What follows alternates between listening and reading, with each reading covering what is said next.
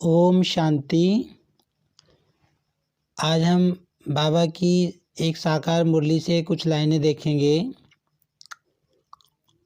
बाबा कहते हैं, बच्चे तुम ही सतो प्रधान थे, अब फिर बनना है।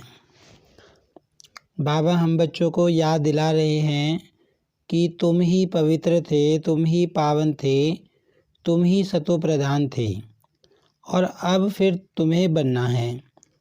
तुम ही आदि सनातन देवी देवता धर्म के थे, फिर 84 जन्म भोग कौड़ी मिसल बन पड़े हो। बाबा जब धरती पर आते हैं तो हमको सारी बातें याद दिलाते हैं कि तुम क्या थे और क्या बन गए हो। बाबा समझा रहे हैं कि तुम आदि सनातन देवी देवता धर्म के थे और 84 जन्म लेते लेते तुम इस समय यहाँ तक पहुँचे हो, कौड़ी जैसे बन गए हो। तुम हीरे मिसल थे, अब फिर बनना है। बाबा हमको याद दिला रहे हैं कि तुम पहले कैसे थे, हीरे जैसे थे, और अब कैसे बन गए हो, कौड़ी जैसे।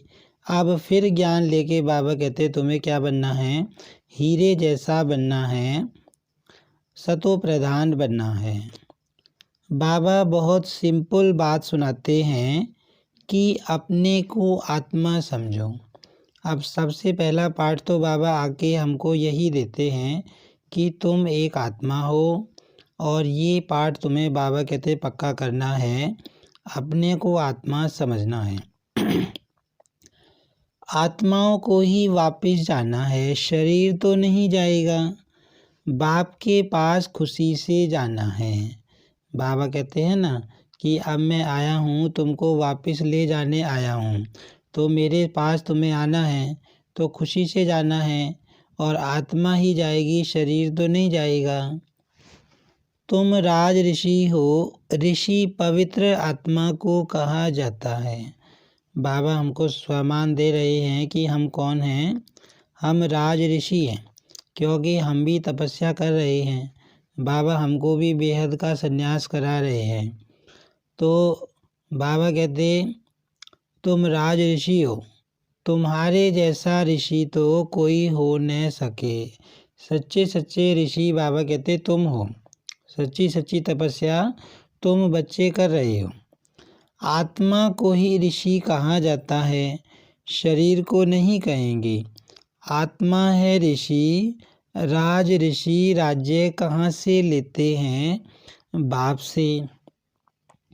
बाबा कह रहे हैं कि तुम राज ऋषि हो और इस समय तुम क्या कर रहे हो, शिव बाबा से अपना राज्य भाग्य, जो खोया हुआ राज्य भाग्य था, उसको तुम फिर से प्राप्त कर रहे हो। तो तुम बच्चों को कितनी खुशी रहनी चाहिए। अब बाबा कहते हैं कि तुमको कितनी खुशी रहनी चाहिए। भगवान धरती पे आया है, तुमको क्षीर सागर में ले जा रहा है, तुमको नई दुनिया का वर्षा दे रहा है, तुम्हें सतयुगी दुनिया में ले जा रहा है, इतने खजाने दे रहा है, तो तुमको कितनी खुशी होनी चाहिए। बाबा कहते हैं तुमसे ज़्यादा तो खुशी पूरी दुनिया में किसी को हो नहीं सकती। हम शिव बाबा से राज्य भाग्य ले रहे हैं। हमें हमारे मन में स्मृति आती है कि हम अभी क्या कर रहे हैं। अभी हम पुरुषार्थ कर रहे हैं, मेहनत कर रहे हैं, बाबा का ज्ञान ले रहे हैं। किस लिए ले रहे हैं कि जो हमारा राज्य भाग्य खो गया था वो वापस प्राप्त करने के लिए हम तपस्या कर रहे हैं। जैसे कि बाबा ने समझाया कि तुम पहले क्या थे, हीरे जैसे थे, अब क्या बन गए हो, कौड़ी जैसे बन गए हो। बाप ने स्मृति दिलाई है तुम विश्व के मालिक थे। बाबा फिर से याद दिला रहे हैं कि बच्चे तुम क्या थे, तुम विश्व के मालिक थे और अभी फिर पुनर्जन्म लेते लेते नीचे उतरते आए हो। बाबा कहते कहाँ से तुमने जन्म लेते लेते नीचे उतरना शुरू किया और अब तुम देखो कैसी हालत में पहुँच गए हो। सारा दिन अंदर में बच्चों के विचार चलने चाहिए। जितना याद में रहेंगे उतना खुशी होगी। अब बाबा ने इतनी सारी स्मृति हमको दिलाई है, ये स्मृति बाबा कहते तुम्हारे मन में पूरे दिन चलनी चाहिए। बाबा कई बार कहते हैं कि तुम स्वदर्शन चक्र फिराओ कि मैं आत्मा 84 जन्म पहले कहाँ थी। परम धाम से आई तो मैं सतयुग में थी। सतयुग में कैसी थी? 16 कला संपन्न थी, संपूर्ण निर्विकारी थी, पावन थी, सतो प्रधान थी, हीरे जैसी थी, विश्व की मालिक थी, पूरी दुनिया का राज्य भाग्य मेरे पास था। फिर मैं नीचे उतरते उतरते अब यहाँ तक पहुँची हूँ। अब बाबा फिर से आया है मुझे राज्य भाग्य देने। तो बाबा कहते तुम्हारे मन में ऐसी बातें पूरा दिन चलनी चाहिए, और जितना इन बातों को याद करोगे तो बाबा कहते तुम्हारी खुशी उतनी ही बढ़ती जाएगी। पढ़ाई पढ़ाने वाला देखो कौन है।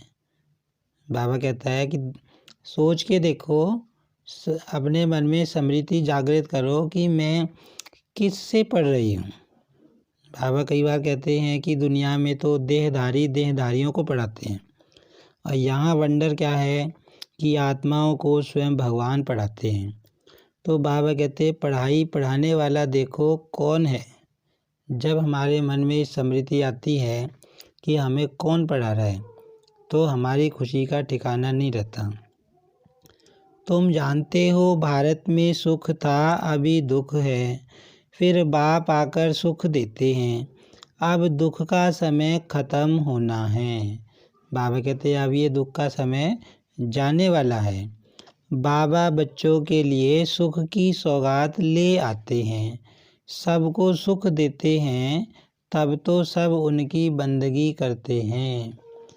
परमात्मा को सब क्यों याद करते हैं? हर धर्म में याद करते हैं और हर धर्म में उसकी बंदगी करते हैं, क्योंकि किसी न किसी समय पर उसने आत्माओं को आकर इतना सुख दिया था जिसकी स्मृति अब तक आत्माओं के अंदर है। तो बाबा कहते कि मैं तुम बच्चों के लिए सौगात लेके आता हूँ सुख की। इतना मैं सबको सुख देता हूँ, इसीलिए सब मुझे याद करते हैं, मुझे पलकों पर रखते हैं, सब मेरी बंदगी करते हैं। अच्छा, ओम शांति।